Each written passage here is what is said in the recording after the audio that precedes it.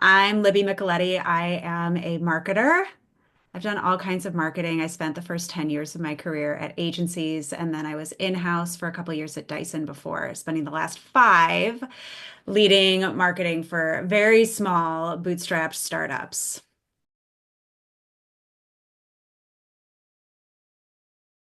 The way that we spoke about it at the agency was understanding and accepting the belief that 80% of your revenue is going to come from 20% of your clients. And so we are going to spend our marketing efforts and our time really nurturing and growing the 20% of clients that are responsible for the bulk of your revenue. So that's really the crux of ABM to me, is that hypothesis or belief.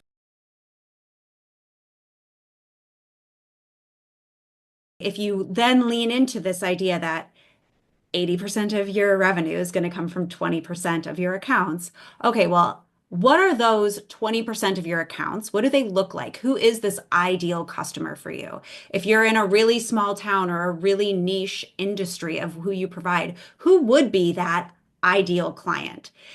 Defining that, digging into that, and then either it's someone that you already have in your client roster and figuring out strategically, mapping out every single decision maker in that account. What do they care about? What motivates them? What is exciting to them? What are we going to do to grow that highly, highly targeted account?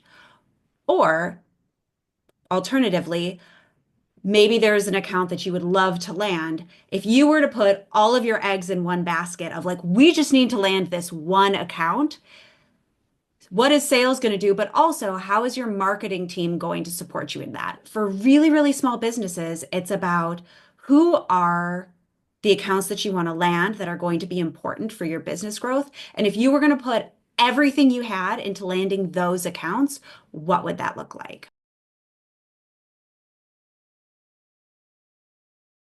In many ways, ABM is like sales enablement on speed or something. It's just really, you're giving it all of the rocket fuel that you possibly can. So when you're thinking about this, it's the marketing team and the sales team sitting down and talking through who are the accounts that when they land on sales calendar, sales is thrilled. They're so happy. They're walking into that meeting. They're so confident. They know that they're going to nail it. And then having that conversation with the sales team, what are the things that what are the pieces of collateral or the pieces of information or any of the other elements that we can use to help soften the ground so that by the time they land on sales calendar, sales is ready. They're ready to go.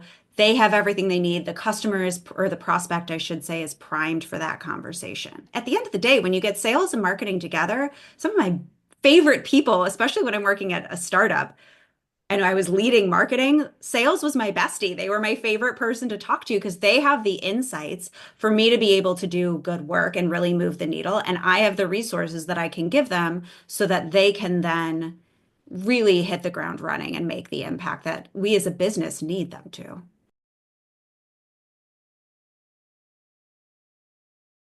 It's such a big term and it can be really overwhelming and there is the opportunity to do it in a very complex, very advanced way. But if you just want to get started, I think the first and foremost, most important thing you can do for this is define who are the accounts that you need to win. And that can be taking the time to define an ICP. Like we can only work with customers who have this particular technology or need or size, right? So by defining that, that's really the first thing that you need to do.